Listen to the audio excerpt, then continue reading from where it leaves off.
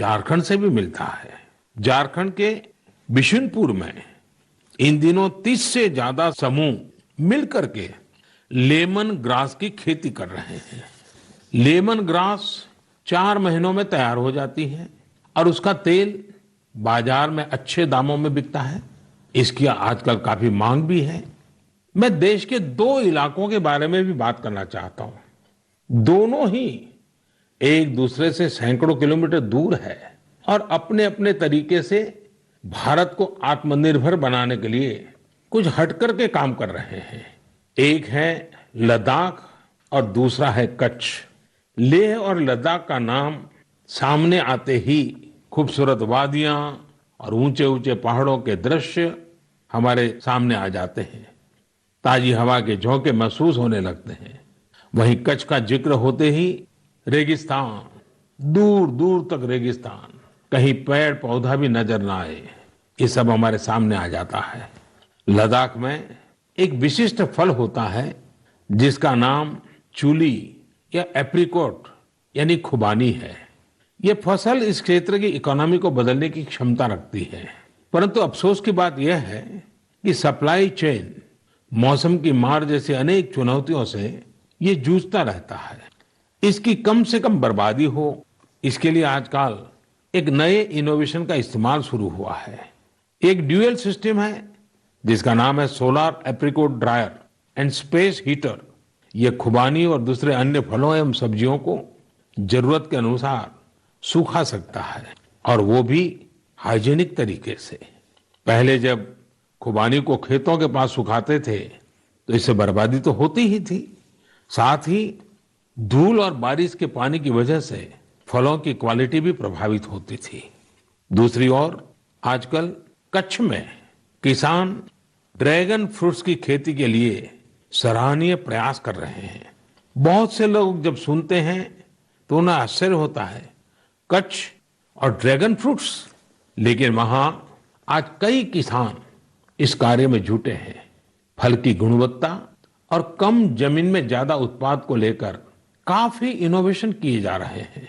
मुझे बताया गया है कि ड्रैगन फ्रूट्स की लोकप्रियता लगातार बढ़ रही है, विशेषकर नाश्ते में इस्तेमाल काफी बढ़ा है। कच्छ के किसानों का संकल्प है कि देश को ड्रैगन फ्रूट्स का आयात न करना पड़े। यही तो आत्मनिर्भरता की बात है। साथियों, जब हम कुछ नया करने का सोचते हैं, इनोवेटिव सोचते हैं, तो ऐसे काम भी संभव हो जाते हैं जिनकी आम तौर पर कोई कल्पना नहीं करता। जैसे कि बिहार के कुछ युवाओं को ही लीजिए। पहले सामान्य नौकरी करते थे। एक दिन उन्होंने तय किया कि वो मोती यानी पर्ल्स की खेती करेंगे। उनके क्षेत्र में लोगों को इस बारे में बहुत पता नहीं था, लेकिन इन लोगों ने पहले सारी जानकारी जुटाई, जयपुर और भुवनेश्वर जाकर ट्रेनिंग ली और अपने गांव में ही मोती की खेती शुरू कर दी। आज ये स्वयं तो इससे काफी कमाई कर ही रहे हैं। उन्होंने मुजफ्फरपुर, बेगूसराय और पटना में अन्य राज्यों से लौटे प्रवासी मजदूरों को इसकी ट्रेनिंग देनी भी शुरू कर दी है।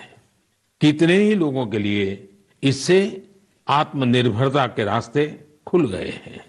साथियों, अभी कुछ दिन बाद रक्षाबंधन का पावन पर्व आ रहा है। मैं इन दिनों देख रहा हूं कि कई लोग और संस्थाएं इस बार रक्षाबंधन को अलग तरीके से मनाने का अभियान चला रहे हैं।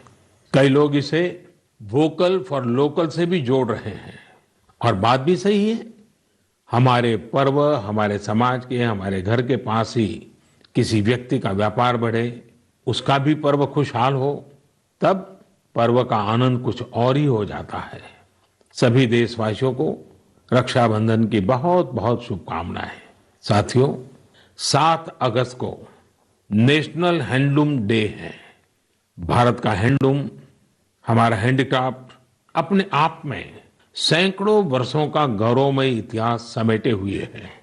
हम सभी का प्रयास होना चाहिए कि न सिर्फ भारतीय हैंडलूम और हैंडीक्राफ्ट का ज्यादा से ज्यादा उपयोग करें, बल्कि इसके बारे में हमें ज्यादा से ज्यादा लोगों को बताना भी चाहिए। भारत का हैंडलूम और हैंडीक्राफ्ट कितना रिच है, इसमें कितनी विविधता है, ये दुनिया जितना ज्यादा जानेगी उतना ही हमारे लोकल कारीगरों और बुनकरों को लाभ होगा।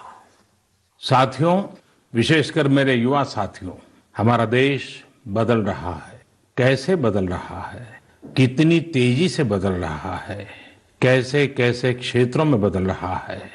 एक सकारात्मक सोच के साथ अगर निगाह डालें तो हम खुद अचंभित रह जाएंगे। एक समय था जब खेलकूद से लेकर के अन्य सेक्टर्स में अधिकतर लोग या तो बड़े बड़े शहरों से होते थे या बड़े बड़े परिवार या फिर कॉलेज से होते थे। अब देश बदल रहा है। गांवों से, छोटे शहरों से, सामान्य परिवार से हमारे युवा आगे आ रहे हैं, सफलता के नए शिखर चूम रहे हैं।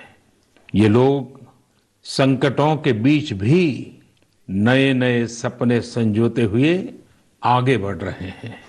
कुछ ऐसा ही हमें अभी हाल ही में